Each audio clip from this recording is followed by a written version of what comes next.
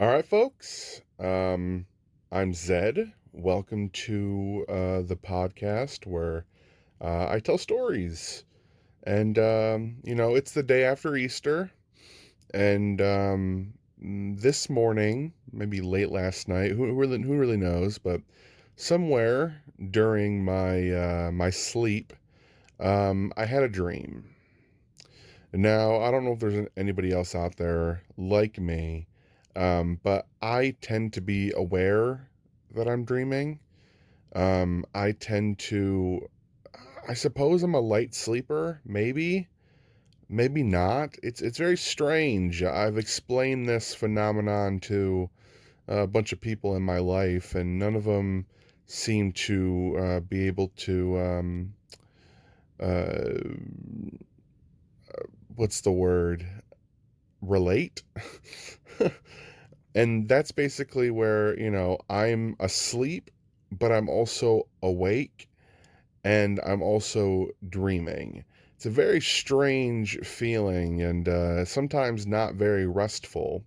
But I had a dream about an old friend of mine, and it prompted me to tell this story. And in this story, I am the villain.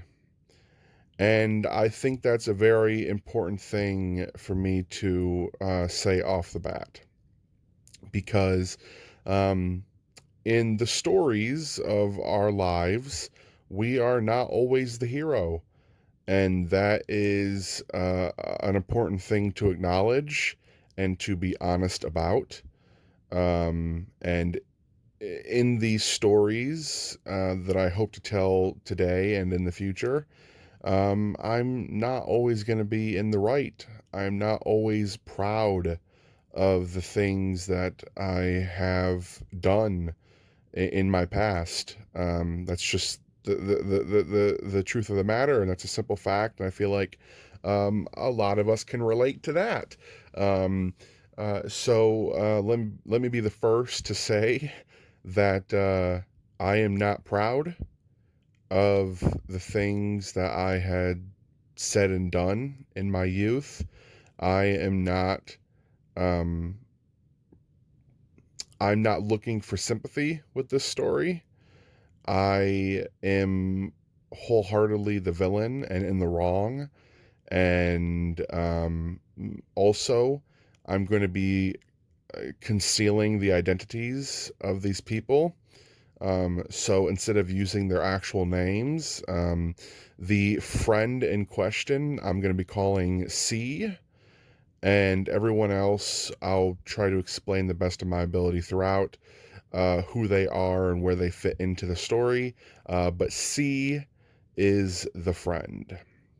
So when I was a youngin', I'm talking preschool, kindergarten, I had a lot of separation anxiety. That's where a bulk of my anxiety started in my life, was being a mama's boy, always having her around to protect me.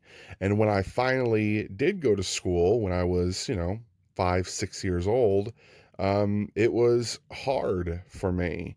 And I was a very anxious kid. There was many times where the school bus would come and pick me up, and I would be crying. I would be, pleading, I do not want to go, you know, and the very first day of kindergarten, I got on the bus and there was this kid. He was this short, chubby, uh, very much so like Shaggy from Scooby Doo style haircut, and he was visibly upset. And that day, for whatever reason, I was anxious, but I wasn't crying.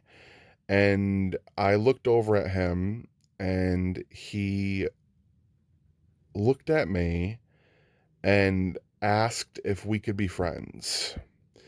And as a kid, I feel like we're always looking for new relationships and new friendships, and we're always looking for new playmates. and he seemed like a good kid, and I accepted right then and there. And we were great friends, best friends for many, many, many years. His twin sister was my first crush. And I was also good friends with her. I knew his family very well. I went over to his house multiple times a week. He was a bike ride distance away, like a 7-minute bike ride. I still drive by his house, going to the store or whatever, leaving my neighborhood. This kid and I had a great friendship. He was super into dinosaurs at a young age. I mean, what kid isn't? But he especially was so knowledgeable, and he totally would have gone into that field, and he would have been he would have been great at it because he read all the books. He was constantly spouting off facts, and he collected all the different, he was that kid that would get those like fossil kits where you had to break around the rock that's made out of like chalk, and it's all dusty, and you breathe it in for the next week after cracking it open. And he was a great kid. Now, as we grew up, we obviously became more and more distant. We still got together quite often, once, twice a month, hung out. Um, he came up to my family's cabin here on one of the Great Lakes in Michigan. He was the friend that I was able to bring up, and he came up a couple times. Now, look, C was not perfect, right? He definitely came with his own problems. He definitely came with his own annoyances. But what kid doesn't? What person doesn't? C definitely had a lot of anxiety. He definitely had a lot of uh, he was an emotional kid for sure, and he got his feelings hurt quite often. He was an easy target for a lot of people because he was so emotional. Folks would think of him as soft, and and that was unfortunate. And I did the best I could to try to protect him for many years, but it seemed that he wasn't going to grow out of it, and there were plenty of times where I definitely would join in the teasing, and in my heart I didn't mean it. Sure, when you're a prepubescent teenager and all your hormones are raging, there is a part of me that was like, man, this is annoying. Like, we need to grow up. We need to get out of these crying phases, these tattletaling phases. And there were times where, yes, C did annoy me. And I thought that, he needed to stop being such a baby. I look back at it now and I realize that I was just as scared and as emotional as he was, but I, instead of showing those emotions and being very transparent, I kept them locked up. And I retaliated against folks in ways that I shouldn't have. Me and C um, tried to start a YouTube channel when we were, oh God, I don't know, 11. We made so many home videos with our camcorders and our really rudimentary cell phones that captured video at 280p, and the audio sounded like we were constantly underneath a bridge with traffic over top, you know. And we created videos like I think it was called the Z Team or the B Team. Maybe it was the B Team. And it was, who do you call if the A team is not available? You call the B team. And we were the ragtag group that just couldn't quite get the job done, and we were kind of the laughing stocks.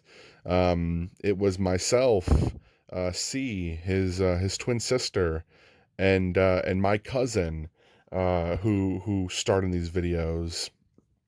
Um, and we made other videos. Like there was a time where we thought we were like really great at parkour. Listen, parkour isn't necessarily being able to climb up the rock wall at the local park really fast. It's not being able to jump off the slide into the wood chips. But we thought we were great. We would climb the monkey bars and what have you, and we would record these videos, and great times. And I actually found some of these videos on my grandparents' old PC because we couldn't quite edit them. We always knew what we were shooting. We always knew exactly what we had envisioned, but we couldn't quite put that vision together at the end of the day. But we had hours and hours of these videos. We would use props from our garages and from our yards. We would have like old playhouses that would turn into restaurants, and we would draw, like fake McDonald's logos, and we would have, fake, off-brand companies. And it was so much fun. I think we wanted to call our channel um, something random, like literally not like something random. It was like randomosity or totally random or awesomely random. It was of the time where Sunny with a Chance came out, and she was on a show called like Totally Random, and we thought that was such a great name for a show, and we had something similar to that. Great times. We had a great friendship. He spent a lot of time playing with his Lego sets and building these elaborate like wars and stories. He was like Andy from Toy Story. He saw the story in his head, and coming over to his house and seeing these elaborate stories built out, all these fighters. It was incredible. He had such a vivid imagination. As we got older, we just drifted apart. There were other friendships that came in between us. My best friend to this day, um, I'll say his name because I feel comfortable saying it, Justin. Justin and I had YouTube channels of our own where we reviewed movies, and we talked about movies, and we talked about nerdy news and what have you.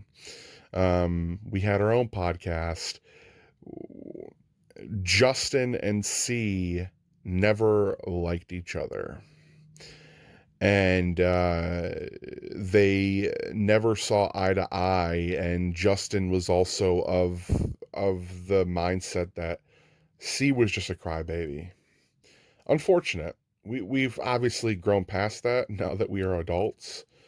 Um, and we definitely we both regret things that we said and did, in middle school and in high school and what have you. But they didn't like each other, and thus mine and C's relationship just grew distant. But again, we still saw each other every so often. But there was one time where there was definitely a large gap in between us visiting each other and hanging out. And I had gone over to his house, and it was like, I think it was his mom who let me in and said that C was in the basement playing video games. So I made my way down there, and his basement was so cool. We had so many birthday parties down there. I will never forget. Um, my dad had three kids, three biological kids, at least as far as we know. And it was my older sister, and it was me for a very long time. Until one day we found out that my dad had another daughter that I at least never knew about. He did, but I never knew about it. And I remember it was C and his sister's birthday party. And we're sitting around the kitchen table, and it's myself, C, his sister, and his sister's friend. And we had all known each other growing up, and we had hung out and whatever. And there might have been other kids there, but those were the ones that were going to be staying the night. So each of the twins were able to have one friend that could stay overnight. Me and C had the basement, and then his sister uh, and her friend had like the upstairs, like the living room or whatever. But I remember sitting around the table. We have Domino's pizza being passed around. We have root beer and orange soda. And I remember saying at the time that I didn't like root beer, and I thought it was gross. And we start discussing that I just found out I had another sister. She was still an older sister. I am the youngest. The long lost sister is the middle, and then I had the oldest sister. And how crazy it was that they were like, "You have a sister that you never knew about?" So his mom lets me in, and I go downstairs, and C is sitting on his little chair in the basement. Like I said, the basement was really cool. There was toys everywhere. There was like an old set of bunk beds and like string lights, and it was a little getaway hole, a little cave, and it was just how I had remembered. And I sat down. There was a little pull-out couch. Um, and it was not comfortable, but I sat down, and we're sitting there in the dark, and he's playing Halo 2, who knows? He's playing a Halo game. And we get to talking. And, our lives are definitely different at this point. We're both, teenagers, probably, I don't know, 14, 15 years old.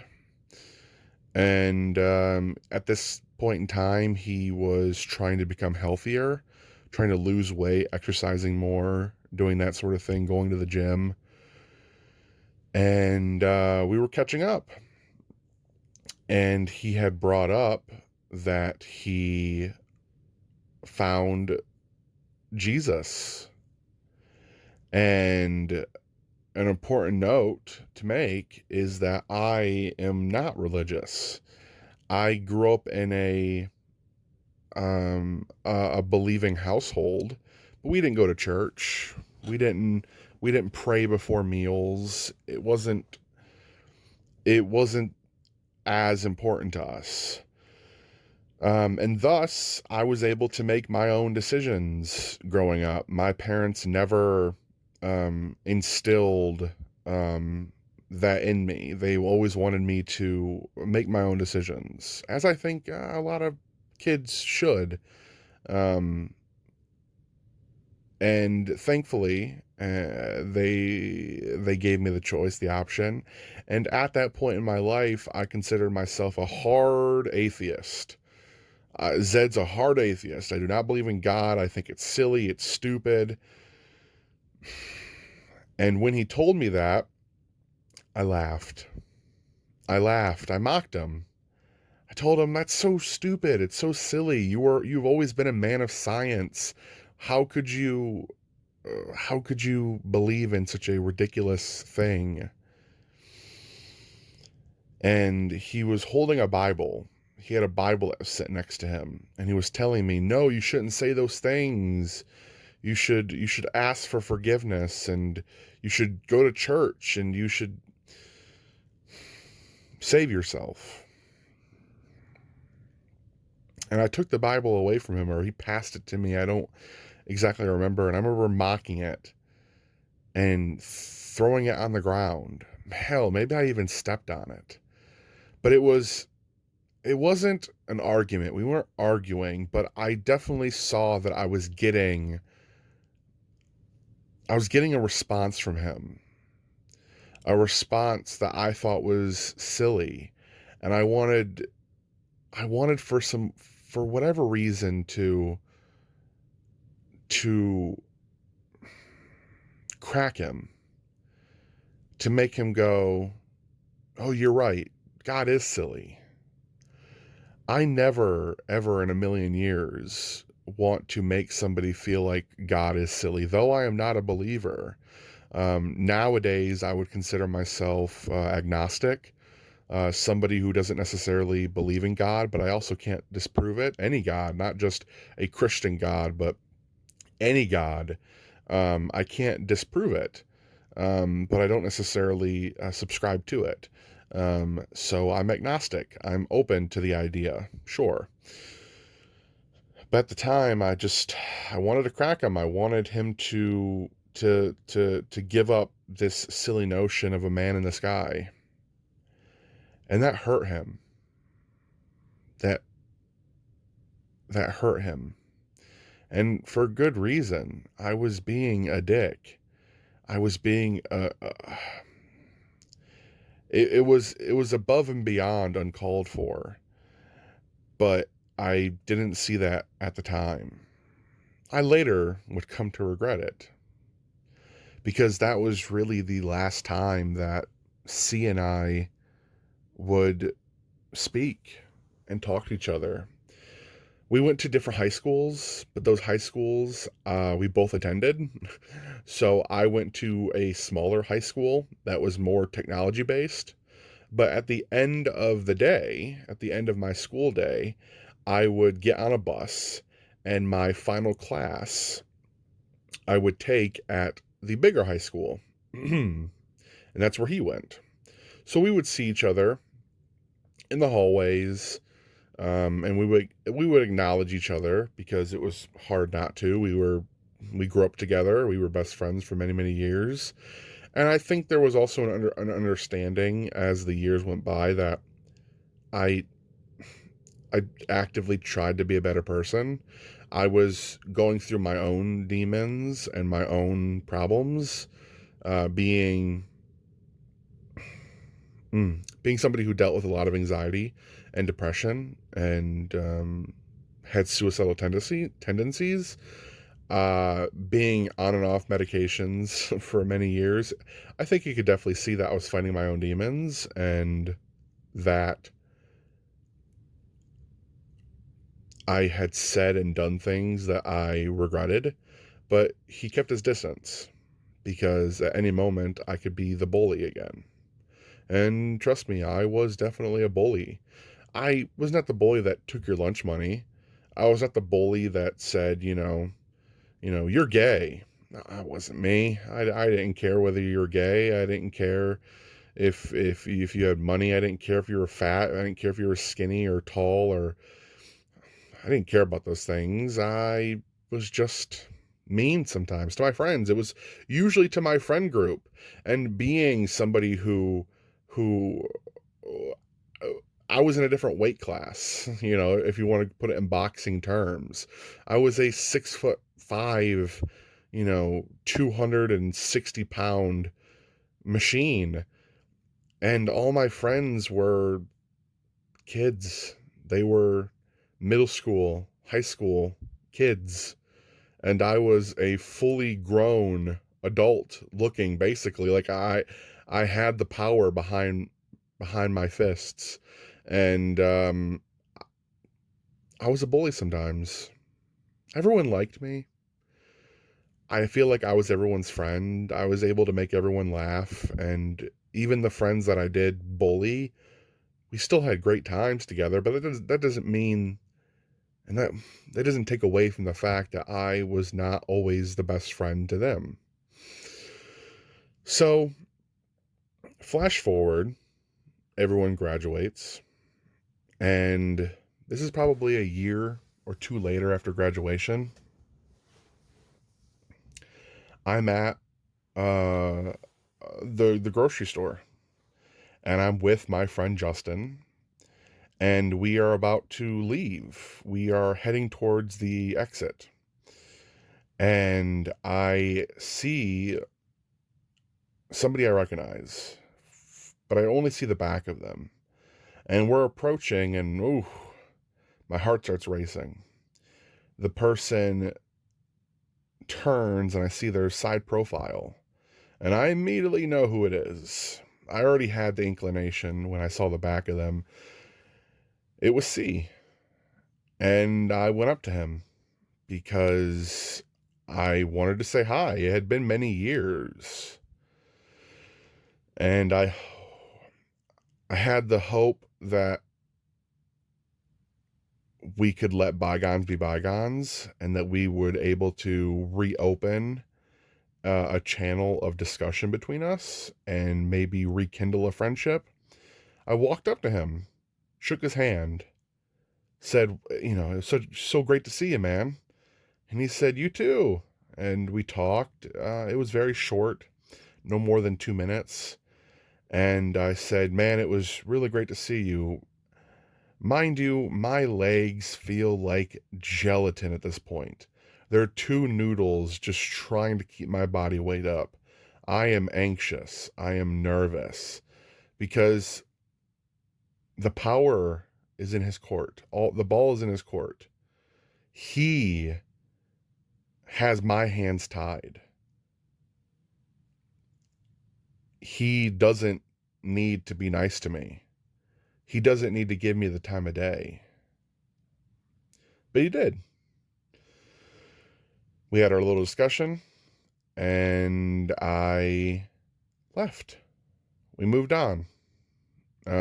He went on and did his shopping, and we got in the car and went home or went somewhere else. Who knows? Later on that night, I am sitting at my desk, and I think, I really want to shoot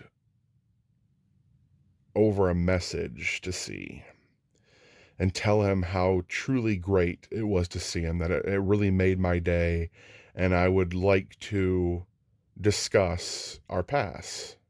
Past. So I didn't have his phone number, at least not a current one. I had gone through a couple of phones, and because our friendship dwindled, I never bothered to transfer his number over. So I got on Facebook, and I knew we were Facebook friends, and I got on Messenger, and I typed up this whole message, like I said, recounting our meeting at the grocery store and saying how much it meant to me and how I wanted to be friends, and I wanted to open up a line of dialogue between us. I press send. The account you are trying to reach is either deactivated or they have blocked you.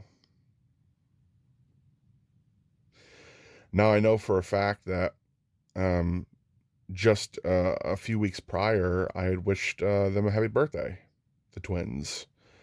I remember liking posts from C. After we had seen each other again for so many years, he had blocked me. I suppose I was a demon from his past that he needed to get rid of. He did not feel the same way about our encounter. And that hurt. Oh God, it hurt because I felt like I was Ariel in The Little Mermaid. My voice had been stripped away from me. I was a much better person now, I thought to myself, and I felt like I had so many things to say and to apologize for. Not just the encounter in the basement with the Bible. Not just that. Years of other stuff.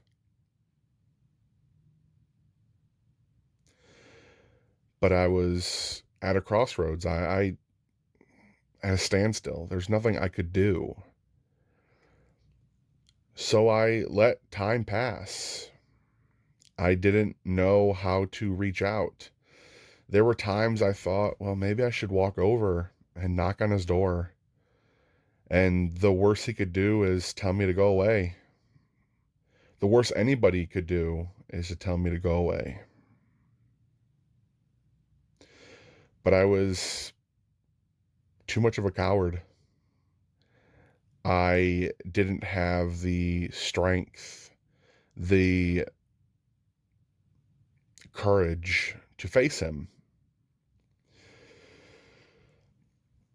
Now, eventually, whether it was 6 months or a year later, I contacted his sister